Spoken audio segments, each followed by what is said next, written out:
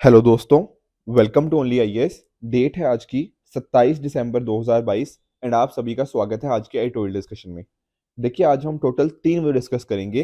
पहला मुद्दा होगा हमारा रिसर्च एंड डेवलपमेंट के रिगार्डिंग। देखो, काफ़ी इंपॉर्टेंट मुद्दा बन चुका है जब हम आज के टाइम की बात करते हैं। तो क्या इंडिया की खामियां हैं यहाँ पर, कैसे इसको ठीक किया जा सकता है, ये सारी बातें यहाँ पर डिस्कस करेंगे। दूसरा हमारा मुद्दा होगा हिस्टोरिकल थिंकिंग के बारे में। देखो, थोड़ा सा ये पॉलिटिकल मुद्दा भी बोल सकते हैं। यहाँ पर कई बार ना क्वेश्चन उठते हैं कि क्या हम अपनी हिस्ट्री को बदल सकते हैं।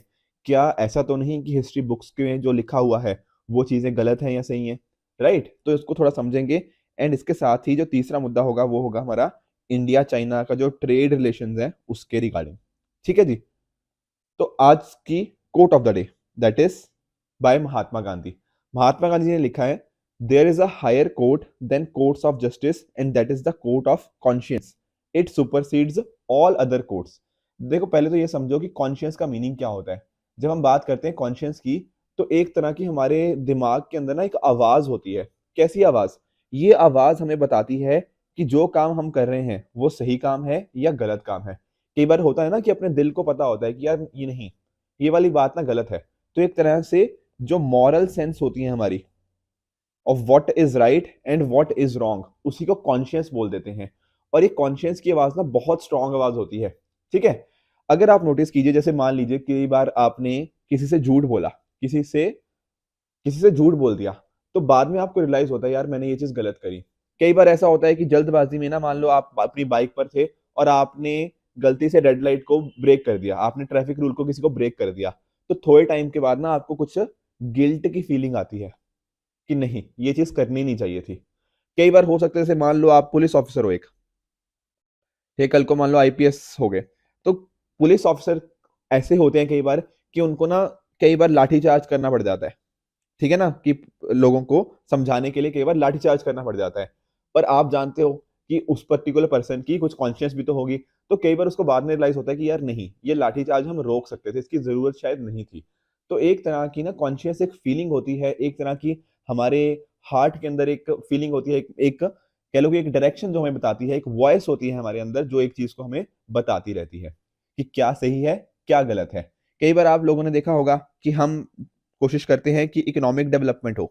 इकोनॉमिक डेवलपमेंट तो बहुत अच्छी चीज है, पर अगर इकोनॉमिक डेवलपमेंट इन्वायरमेंट के अगेंस्ट हो, ठीक है ना, बहुत सारे ट्रीज को काटना पड़े, तो आपकी कॉन्शियस आपको बताएगी कि ये चीज आप गलत कर रहे हो। तो कभी फेयर हो, कभी अनफेयर हो, सही हो गलत हो, इस डिलेमा को ना, जो हम बात करते हैं ना एथिकल डिलेमा को, बहुत सारे तरीकों के से रिजॉल्व किया जा सकता है। पर एक इंपॉर्टेंट चीज क्या है, आपकी कॉन्शियस भी यहाँ पर आ जाती है। और कॉन्शियस कैसे डेवलप होती है?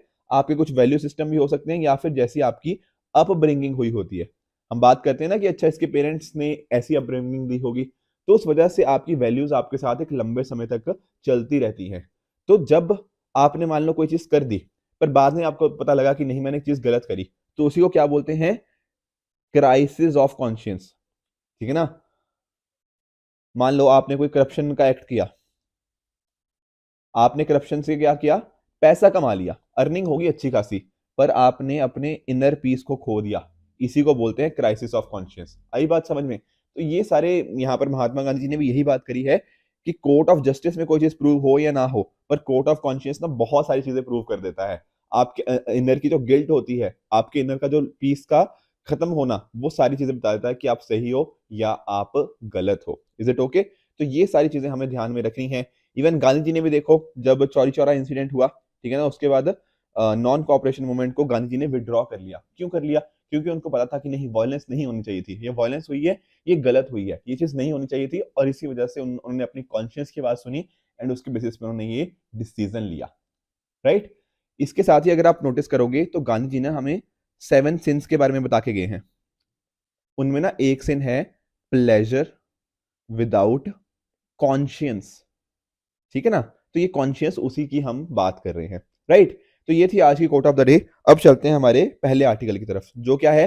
Research and development. ठीक है ना, नाम ही यही है, India needs to increase its spending on research and development. ठीक है, इंडियन एक्सप्रेस के इस पर्टिकुलर आर्टिकल को आप जीएस 3 के साथ रिलेट कर सकते हो। एक तो साइंस टेक्नोलॉजी के लिए भी इंपॉर्टेंट है, उसके साथ ही इकोनॉमी के लिए भी बहुत इंपॉर्टेंट चीज हो जाती है। अब देखिए यहाँ पे राइटर क्या बात कर रहे हैं, अब आप नोटिस करो कि आने वाले 2023 में ना हमें G20 के बारे में बहुत सारे आर्टिकल सुनने को मिलेंगे। आप जानते भी हो क्यों ऐसा है, ठीक है, इंडिया प्रेसिडेंट है, ठीक है, तो वो सारी चीजें। अब G20 की जब इंडिया के पास प्रेसिडेंटशिप है तो इंडिया के पास एक बहुत अच्छी खासी अपॉर्चुनिटी बनती है कि इंडिया ग्लोबल एजेंडा सेट कर पाए कि दुनिया में क्या होना चाहिए, किस डायरेक्शन में मूव करना चाहिए। और इंडिया, आप जानते हो कि अगर मान लो अगर हमें एक रियल लीडर बनना है, या जो बात करते हैं ना कि विश्व गुरु बनना है, तो उसके लिए कुछ बहुत इंपॉर्टेंट चीजें करनी पड़ेंगी। जैसे फॉर एग्जांपल यूएसए ने किया। अब देखो बहुत सारी कंट्रीज हैं आज के टाइम पर, यूएस हो गया, चाइना हो गया, इंडिया हो गया, ठीक है, रशिया हो गया, या और भी कंट्रीज आप मान सकते हो, जापान वगैरह। बट आप जानते हो कि जो यूएस की पावर है ना, बहुत लंबे समय से चली आ रही है। स्पेशली अगर हम बात करें तो वर्ल्ड वॉर 1 के बाद से ही ना US one of the leader है दुनिया का। और ऐसा रीजन क्या है? इसका रीजन है उनके पीछे की एक तो मिलिट्री सुपेरिटी, ठीक है, मिलिट्री उनकी बहुत स्ट्रांग है। ऊपर ही उन्होंने टेक्नोलॉजी के अंदर ना बहुत सारे इनोवेशंस लेके आते रहे हैं। जैसे आप जानते हो ना कि कैलिफोर्निया हो गया, ठीक है ना, या जो सिलिकॉन वैली हो गया, तो यहाँ पर इतने सारे नए नए इनोवेशंस आते रह रहे हैं। उन इनोवेशंस ने, उन पर्टिकुलर रिसर्च एंड डेवलपमेंट ने यूएस की इकोनॉमी को एक बहुत ही स्ट्रांग इकोनॉमी बना दिया है। ठीक है, तो ये इनोवेशन क्यों आया? क्योंकि उनका फोकस कहाँ के ऊपर था? रिसर्च एंड डेवलपमेंट के ऊपर। और इंडिया भी ना इस बात को बहुत अच्छे से समझ चुका है। जैसे फॉर एग्जांपल आप जानते हो ना, ठीक है, लाल बहादुर शास्त्री जी ने किस बात का नारा दिया था? जय जवान जय किसान का। फिर हमारे जो प्रधानमंत्री जी थे अटल बिहारी वाजपेयी जी, उन्होंने इसके अंदर जय जवान जय किसान नारे के अंदर क्या ऐड कर दिया? जय विज्ञान कर दिया, बेसिकली साइंस। ठीक है, अब जो करंट प्राइम मिनिस्टर है हमारे मोदी जी, उन्होंने क्या ऐड कर दिया इसके अंदर ही? जय अनुसंधान। अनुसंधान क्या होता है? Research and development. ठीक है, तो ये जो पहले जो जय जवान जय किसान था उसके अंदर हमने जय विज्ञान और जय अनुसंधान ऐड कर दिया है। What does this show? This shows की research and innovation are the keys to economic development, right. इसके अलावा अगर आप नोटिस कीजिए, ठीक है, अटल इनोवेशन मिशन हमारी गवर्नमेंट की तरफ स्टार्ट किया गया है। ये क्या है? ये भी तो इनोवेशन के ऊपर ही है, ठीक है ना। नीति आयोग की जो अलग अलग रिपोर्ट्स आती हैं वो किस तरफ हमें डायरेक्शन में लेकर चलती हैं कि दुनिया में इनोवेशन कैसे आए, इंडिया में जो नए नए एंटरप्रेन्योर्स हैं, नए नए स्टार्टअप्स हैं, उनको कैसे प्रमोट किया जाए, कैसे एक तरह का होलिस्टिक सिस्टम लेके आया जा पाए जहां पर इन्वेस्टर्स को प्रोटेक्शन मिले, इनोवेशन हो आसानी से। जैसे फॉर एग्जांपल आप जानते हो इंक्यूबेशन सेंटर्स हम लेकर आए, ठीक है ना, ताकि थोड़ी हेल्प मिल पाए इन स्टार्टअप्स को आगे आने अंदर अंदर, और इनोवेशन को ये अच्छे से आगे लेकर आए, ठीक है। बट अगर आप नोटिस करोगे कि भैया इंडिया कितना पैसा खर्च करता है रिसर्च एंड डेवलपमेंट के ऊपर, तो काफी क्वेश्चन मार्क उठ जाते हैं कि क्या इंडिया सही डायरेक्शन में जा भी रहा है या नहीं जा रहा। मैं समझाता हूँ कैसे। देखो अगर आप नोटिस करोगे ना, अगर आपने एसडीजी पढ़े हैं, सस्टेनेबल डेवलपमेंट गोल, तो एसडीजी 9 क्या बोलता है? 9 बोलता है इंडस्ट्री, इनोवेशन एंड इंफ्रास्ट्रक्चर। ठीक है, ये 3 आई जानते हो अब SDG 9, industry, innovation and infrastructure. अब एसडीजी 9.5 भी यही बात करता है कि हमें अपने देश के अंदर नंबर ऑफ रिसर्चर्स को बढ़ाना है, इनोवेशन को इंप्रूव करना है, उसके ऊपर जो हम पैसा खर्च कर रहे हैं उसको बढ़ाना है। तो इसीलिए हमारे पास एक पैरामीटर क्या होता है? GERD, gross domestic expenditure on research and development, भी कितना खर्च कर रहे हैं एक तरह से, वो बातें हो रही हैं। तो यहाँ पर अगर आप नोटिस कीजिए, ठीक है, तो G20 नेशंस की अगर हम बात करें तो G20 नेशन ना दुनिया का 90% नियरली खर्च करते हैं, जो बात करें अगर gross domestic expenditure on research and development corresponding. अब इसमें से अगर आप थोड़ा देखना चाहो, ठीक है, मैं आपको डायरेक्टली ग्राफ के ऊपर ही लेके चलता हूं। अब यहां पर आप नोटिस करो, जैसे फॉर एग्जांपल आप देखो यूएसए को, तो यूएसए ने कितना खर्च किया? 580 यूएस बिलियन डॉलर, ठीक है ना। और नियरली कितना परसेंटेज है उनकी जीडीपी का? ये आप देख सकते हो लगभग 3% के आसपास ये नंबर मिल जाएगा, 2.83 to be very specific. Whereas India sir कहां पर आ रहा है? देखो ये रहा इंडिया छोटा, इधर इधर, ठीक है, कितने कर रहे हैं हम? 17 बिलियन डॉलर स्पेंड कर रहे हैं। यूएस कितना कर रहा है? 580 बिलियन डॉलर। तो फर्क तो देखो काफी ज्यादा है। और ये आप जीईआरडी कितना खर्च कर रहे हैं उसके कॉरस्पॉन्डिंग भी देख सकते हो। और अगर आपने बात करनी है जीडीपी के साथ कंपैरिजन करते हुए, तो जीडीपी में भी देख लो ना, ये 3% स्पेंड कर रहे हैं, हम कितना कर रहे हैं? हम 0.65। तो फर्क तो बहुत ज्यादा है। तो यूएसए ने देखो ऐसे ही प्रोग्रेस नहीं करी, यूएस के अंदर इनोवेशन था, यूएस ने रिसर्च एंड डेवलपमेंट के ऊपर बहुत फोकस किया, हाई एंड एक्टिविटीज के ऊपर फोकस किया, एंड उसकी वजह से आप आज के टाइम पे उनके नतीजे भी देख सकते हो। ठीक है, थोड़ा कंपैरिजन अगर आपने चाइना के साथ करना हो, देखो चाइना भी कितना कर रहा है? 300 बिलियन डॉलर स्पेंड कर रहा है, हमारा कितना है? 17 बिलियन। तो बहुत ज्यादा फर्क है। देखो चाइना को भी अगर हमें बीट करना है ना, तो ये स्पेंडिंग हमें लेके आनी पड़ेगी, वो भी अपने 2% से भी ज्यादा का स्पेंड कर रहे हैं यहाँ पे। ठीक है, तो ये नंबर्स आपको क्लियरली दिखाएंगे कि इंडिया काफी पीछे है इन सभी नंबर्स के कॉरस्पॉन्डिंग। वेयरएज कंट्रीज आप देख लो, South Korea, Japan, Germany, USA, France, China, European Union, ये सारी कंट्रीज काफी अच्छा कर रही हैं। और अगर हमें देखो, future is all about innovation, आप भी जानते हो इस चीज को। तो research and development capabilities India को इंप्रूव करनी ही पड़ेंगी। ठीक है, यही सारे नंबर्स ना, यही सारा डेटा इस ग्राफ को यहाँ पर राइटर ने दिया हुआ है इस स्लाइड के अंदर, तो वही सारा पॉइंट मैंने आपको ऑलरेडी समझा भी चुका हूँ। ठीक है, तो यहाँ पर राइटर एक बात कर रहे हैं कि देखो हम लोग ना बहुत ज्यादा फोकस करते हैं सब्सिडीज के ऊपर। जैसे फॉर एग्जांपल आप जानते हो इसको रेवड़ी कल्चर भी बोला जाता है। जैसे फूड सब्सिडी हो गया, फर्टिलाइजर सब्सिडी, कुछ फ्यूल सब्सिडी हो गया, फ्री बिजली हो गया। ठीक है ना, पीएम किसान की यहाँ पे राइटर ने बात करी है। पीएलआई स्कीम भी कुछ हद तक आप कह सकते हो कि एक तरह का सब्सिडी ही है। अब अगर मान लो ये सब्सिडीज के से थोड़ा फोकस हम कम करें और मूव करें रिसर्च एंड डेवलपमेंट की तरफ, वो सारा खर्चा देखो यहाँ से जो बचेगा, जैसे मान लो फ्री बिजली दे रहे हैं, अगर फ्री बिजली का जो खर्चा हम कर रहे हैं इसको छोड़कर अगर हम फोकस करें वहां पर रिसर्च एंड इनोवेशन के ऊपर, तो यहाँ पर क्या होगा, ये ना लॉन्ग टर्म कैपेबिलिटीज इंडिया की काफी डेवलप इसके अंदर हो जाएंगी। तो इंडिया को फोकस इन सभी चीजों के ऊपर करना पड़ेगा। देखो टेक्निकली ना बहुत ज्यादा पॉलिटिकल मुद्दे बन जाते हैं ये सारे सब्सिडीज के रिगार्डिंग, तो एक्चुअल में होना क्या चाहिए, हमें थोड़ा इकोनॉमिक्स के ऊपर देखना पड़ेगा कि भैया क्या ऐसी चीज है जो हमारे देश को आगे लेके जाए, और उस देश को आगे लेके जाने के अंदर रिसर्च एंड डेवलपमेंट इनोवेशन का बहुत इंपॉर्टेंट रोल रहने वाला है। इसी तरह से यहाँ पर ना बात करी है इन्होंने रिसर्च इंटेंसिटी की। ठीक है, RI रिसर्च इंटेंसिटी, ये वही है कि जीडीपी के हिसाब से कितना पर्टिकुलर कंट्रीब्यूशन आप कर पा रहे हो। ठीक है ना, तो इंडिया यहाँ पे 20 कंट्रीज जो G20 कंट्रीज है ना, हमने देखा भी उनमें कहाँ पे लाई कर रहा है, उनमें 70वें नंबर पे लाई कर रहा है। बस अर्जेंटीना, मैक्सिको, इंडोनेशिया सॉरी, ये पर्टिकुलर कंट्रीज इंडिया से पीछे हैं। अदरवाइज बाकी सारी countries in percentage of GDP हमारे से बेहतर कर रही हैं। अगर देखो तो आप जानते हो, देखो G20 कंट्रीज बहुत इंपॉर्टेंट है। ठीक है ना, दुनिया की सबसे इंपॉर्टेंट कंट्रीज हैं, अच्छी खासी जीडीपी यहाँ पे आ जाती है। पॉपुलेशन के टर्म्स में भी यहाँ पे चाइना हो गया, इंडिया हो गया, यूएसए हो गया, तो दुनिया की जो मोस्ट पॉपुलस कंट्रीज है वो भी यहाँ पर इंक्लूडेड है। बट इसके अलावा भी कुछ इंपॉर्टेंट कंट्रीज हैं, जैसे यहाँ पे राइटर ने बात करी है देखो इसराइल की। इसराइल अक्सर हम डिस्कशन करते भी रहते हैं। ठीक है, तो इसराइल अगर आप देखोगे ना तो इसराइल G20 में नहीं आता। पर अगर आप नोटिस करो, इसराइल ने ना रिसर्च एंड डेवलपमेंट, इनोवेशन, इनके ऊपर बहुत पैसा खर्च किया है। मैं समझाता हूँ, देखो देखो अगर आप याद करो इसराइल और पैलेस्टीन का कॉन्फ्लिक्ट, तो आप देख रहे हो जब से फॉर्मेशन हुई है 1947-48 के कॉरस्पॉन्डिंग, तो यहाँ से जब से फॉर्मेशन हुई है तो इसराइल को ना बहुत ही हॉस्टाइल नेबर्स से सामना करना पड़ा है। ठीक है, डिफरेंट डिफरेंट वॉर्स आप जानते हो, 1967 की जानते हो, फिर 1973 हो गया, उसके अलावा भी वॉर्स वगैरह चलती रहती हैं। चाहे आप बात कर लो इजिप्ट की, बात कर लो जॉर्डन हो गया, ठीक है ना, ऊपर लेबनान हो गया, सीरिया हो गया। तो इस तरह के जब हॉस्टाइल नेबर्स होते हैं ना तो बहुत मुश्किल होता है कंट्री को सर्वाइव करना। पर इसराइल ने देखो सबको धूल चटा रखी है। ठीक है, आप जानते हो हर पर्टिकुलर वॉर में इसराइल जीता ही है। क्यों जीता है, क्योंकि भैया इन्होंने अपने आप को इनोवेशन इतना ज्यादा कर लिया है। ठीक है ना, इतना ज्यादा डिफेंस कैपेबिलिटीज यहाँ पर आप देखते हो, जैसे फॉर एग्जाम्पल लास्ट ईयर हमने आयरन डोम के बारे में सुना। इतनी सारी डिफेंस कैपेबिलिटीज को इन्होंने डेवलप किया है ना कि इतने सारे नेबर्स होते हुए भी, जो हॉस्टाइल नेबर्स है उसके होते हुए भी इन्होंने हमेशा जीत प्राप्त की है। क्यों, क्योंकि इनोवेशन के ऊपर फोकस था। ऊपर से आप ये रियलाइज करो कि भैया इसराइल के पास ना ज्यादा पानी नहीं है। ठीक है ना, आप जानते हो थोड़ा बहुत ही कम सोर्सेज हैं वाटर के इसराइल के पास, पर तब भी एग्रीकल्चर को उन्होंने वहां पे काफी प्रॉस्परस किया है। क्यों, क्योंकि आप जानते हो प्रिसीजन फार्मिंग। ठीक है, प्रिसीजन एग्रीकल्चर की हम बात करते हैं, या फिर जो हम बात करते हैं माइक्रो इरिगेशन टेक्निक्स की, जैसे फॉर एग्जांपल आप बात कर लो ड्रिप इरिगेशन की बात कर लो। ठीक है ना, आप सभी ये चीज पढ़ते हो इकोनॉमी के अंदर, हमने एग्रीकल्चर के अंदर ये सारी चीजें काफी डिटेल में पढ़ रखी हैं। इनमें इसराइल ने बहुत अच्छा काम किया, ये रिसर्च एंड डेवलपमेंट इनोवेशन यहाँ पर इसराइल ने बहुत अच्छा काम किया है। इसी वजह से क्या है, इसी वजह से आज वो सस्टेन कर पा रहा है इतना अच्छे तरीके से। अगर आप नोटिस करोगे ना तो कितना पर्टिकुलर हर साल $18 बिलियन वो स्पेंड कर रहा है रिसर्च एंड डेवलपमेंट के ऊपर। अगर आप जीडीपी के साथ कंपैरिजन कर रहे हो तो वो 5% है। देखो यहाँ पर नोटिस करो, ठीक है ना, इवन ना जो G20 कंट्रीज में चाहे साउथ कोरिया जो हाईएस्ट था उसका भी कितना था, 4.5% है। पर इसराइल का दुनिया में सबसे ज्यादा है 5%। यही रीजन है कि वो इतना ज्यादा स्पेंड कर पा रहा है एंड उसके बेनिफिट्स उसको देखने को मिल रहे हैं।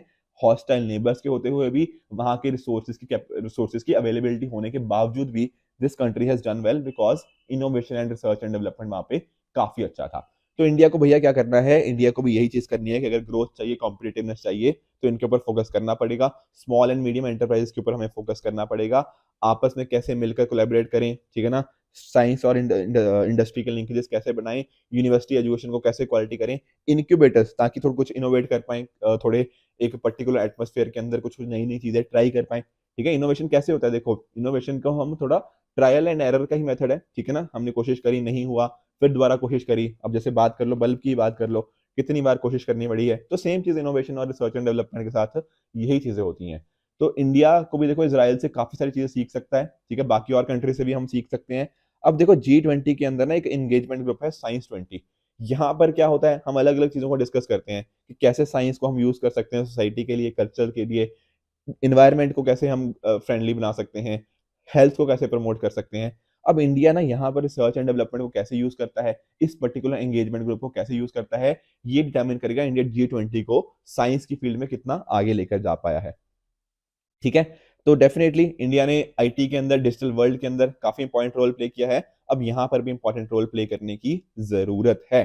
तभी हम जो बात करते हैं ना कि अमृतकाल जो चल रहा है, गोल्डन एरा, उसको हम अच्छे से काम कर पाएंगे। जो हमारा लक्ष्य है 2047 तक इंडिया को एक डेवलप्ड कंट्री बनाना, तो वो सारी चीजों के पीछे research and development and innovation will be one of the important keys. ठीक है, तो दो चीजें डेफिनेटली आपके मेंस के लिए इस बार बहुत इंपॉर्टेंट है। G20 देखो है ही है, और इसके साथ ही अगर मैं बात करूं, ये रिसर्च एंड डेवलपमेंट हो गया या इनोवेशन हो गया, स्किल्स हो गया, ये सारी चीजें काफी हद तक इंटरलिंक्ड है और यहाँ से भी क्वेश्चन बनने की पॉसिबिलिटी बहुत ज्यादा बढ़ जाती है। राइट, तो ये हो गया हमारा पहला आर्टिकल। दोस्तों, जो हमारा दूसरा मुद्दा है वो रिलेट करता है हिस्टोरिकल थिंकिंग के रिगार्डिंग, और इसको आप जीएस पेपर 1 के इस पर्टिकुलर कंपोनेंट के साथ रिलेट कर सकते हो। देखिए, जैसा कि मैंने आपको बताया, कुछ पॉइंट्स इसमें पॉलिटिकल हैं, तो हम उन पॉलिटिकल पॉइंट्स को ज़्यादा डिस्कस नहीं करेंगे, हम एक न्यूट्रल डिस्कशन करने की बात करेंगे। तो देखो, यहाँ पर राइटर ने स्टार्ट किया है कि काफ़ी बार ना हमारे एक बात करी जाती है कि कुछ हिस्ट्री ना हम डिस्टॉर्ट कर रहे हैं, जो इतिहास है उसको कुछ हद तक बदला गया है, कुछ चेंजेस लेकर आए गए हैं। जैसे फॉर एग्जाम्पल ना, आपको नोटिस कीजिए, ठीक है ना, आप इनके बारे में जानते होंगे, लचित बोरफुकन, ठीक है ना, I might be pronouncing his name incorrectly, I am sorry for that, but आप जानते हो कि ना, ये इन्होंने एक बहुत इंपॉर्टेंट रोल प्ले किया है। ये दरअसल में ना होम किंगडम के, ठीक है, जनरल थे। और उस टाइम पर जो मुगल, बेसिकली जो मुगल एम्पायर था, ये बात हो रही है 1600s की, उस टाइम पर मुगल एम्पायर के कॉरस्पॉन्डिंग काफी एक्सपैंड करने की कोशिश कर रहे थे। तो यहाँ पर होम किंगडम के एज अ जनरल इन्होंने बहुत ही इंपॉर्टेंट रोल प्ले किया, अपनी आर्मी को काफी सक्सेसफुली लीड किया था। पर हम में से ना शायद बहुत ही कम लोग होंगे जो इनके बारे में जानते होंगे। ठीक है ना, हमें बुक्स के अंदर उतना जिक्र इनका नहीं मिलता, या तो मिलता ही नहीं है, अगर मिलता है तो बहुत ही छोटा सा जिक्र होता है। तो यहाँ पर ना जो हमारे होम मिनिस्टर जी थे, अमित शाह जी, उन्होंने बात करी कि हमारी हिस्ट्री को कुछ हद तक डिस्टॉर्ट किया गया है, तो हमें कुछ उसमें चेंजेस लाने की जरूरत है। इसी तरह से अगर आप नोटिस कीजिए, हमारी अभी जो पार्लियामेंट्री स्टैंडिंग कमेटी है, ठीक है, एजुकेशन के ऊपर, उन्होंने भी कुछ एक बात करी, ठीक है ना, उन्होंने भी इसी की बात करी कि रिफॉर्म्स लेकर आने चाहिए स्कूल टेक्स्ट बुक्स के ऊपर। और इन्होंने टोटल 3 ऑब्जेक्टिव्स दिए। What were the 3 objectives? एक तो ये कि भैया जो अनहिस्टोरिकल फैक्ट्स हैं हमारी बुक्स के अंदर हमें मिल जाते हैं, कि उनका कुछ हिस्ट्री से लेना देना नहीं है, पर फिर भी एडिड है, उनके रेफरेंसेस को हम हटाएं। ठीक है ना, कुछ डिस्टॉर्शन हुई है, कुछ इतिहास को बदला गया है हमारे नेशनल हीरोज के रिगार्डिंग, उस इतिहास को हम हटाएं जो चीज़ें बदल दी गई हैं। इसी तरह से जो हमारी हिस्ट्री के अलग अलग पीरियड्स हैं, ठीक है ना, उनको इक्वल वेटेज दिया जाए। जैसे फॉर एग्जांपल आप नोटिस कर रहे हो, ठीक है ना, नॉर्थ ईस्ट को हमने बहुत ज़्यादा इंपॉर्टेंस नहीं दे रखी, पर नॉर्थ ईस्ट के अंदर भी तो बहुत सारे इंपॉर्टेंट रोल रहा हमारे इंडियन फ्रीडम स्ट्रगल के कॉरस्पॉन्डिंग। ठीक है ना, तो इस तरह से आप देखते हो, या तो किसी पीरियड को या फिर किसी पर्टिकुलर रीजन को उतना इंपॉर्टेंस नहीं दी गई, तो उसको इंपॉर्टेंस दी जाए। तीसरा, हम बात कर रहे हैं कि वुमेन हीरोज के हम रोल को काफी हाईलाइट करें। वैसे देखो काफी सारे रहे हैं, ठीक है ना, बट उतना हम जनरली बात नहीं करते। सरोजिनी नायडू जी का रोल रहा है, रानी गुडेलियो हो गया, ठीक है, अरुणा आसफ अली हो गया, उषा मेहता जी हो गए। तो इस तरह से रोल तो बहुत सभी का रहा है, पर शायद जितना हम बाकी हीरोज की बात करते हैं, उतना शायद वुमेन हीरोज की हम बात नहीं करते। तो इस तरह के काफी सारे रिकमेंडेशन इनके द्वारा दिए गए थे। फॉर एग्जाम्पल, ठीक है, जैसे आप देख लो कि एडटेक को हम कैसे यूज करें, आजकल एडटेक का ही जमाना है, ठीक है, टेक्स्ट बुक्स के अंदर कैसे चेंजेस लिए जा सकते हैं, इनोवेशन हो गया, साइंटिफिक टेम्पर को डेवलप करना, ठीक है, आप जानते हो ये सारी चीजें हमारे कॉन्स्टिट्यूशन में भी जिक्र है इन सभी चीजों का। उसी तरह से कैसे ये जो बुक्स हैं national unity, national integrity, constitutional values को सपोर्ट कर सकती हैं, ये सारी बातें यहाँ पर करी गई। तो देखने में तो देखो इंपॉर्टेंस काफी लगती है, ठीक है, काफी इंपॉर्टेंट सजेशंस दिए गए हैं कमेटी के द्वारा।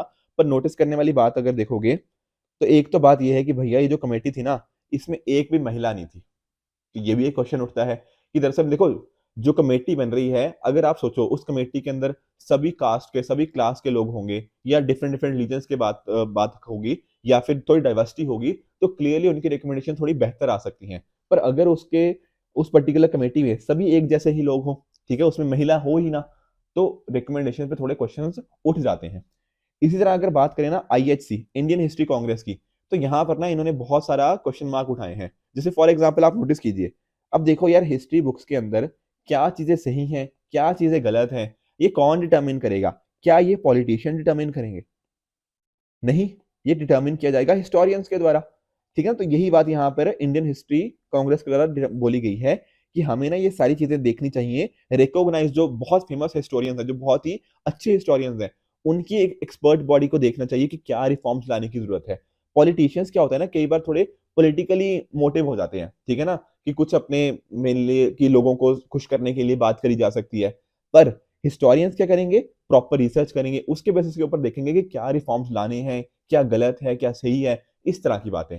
अब यहाँ पर ना राइटर बात कर रहे हैं 2001-2002 की।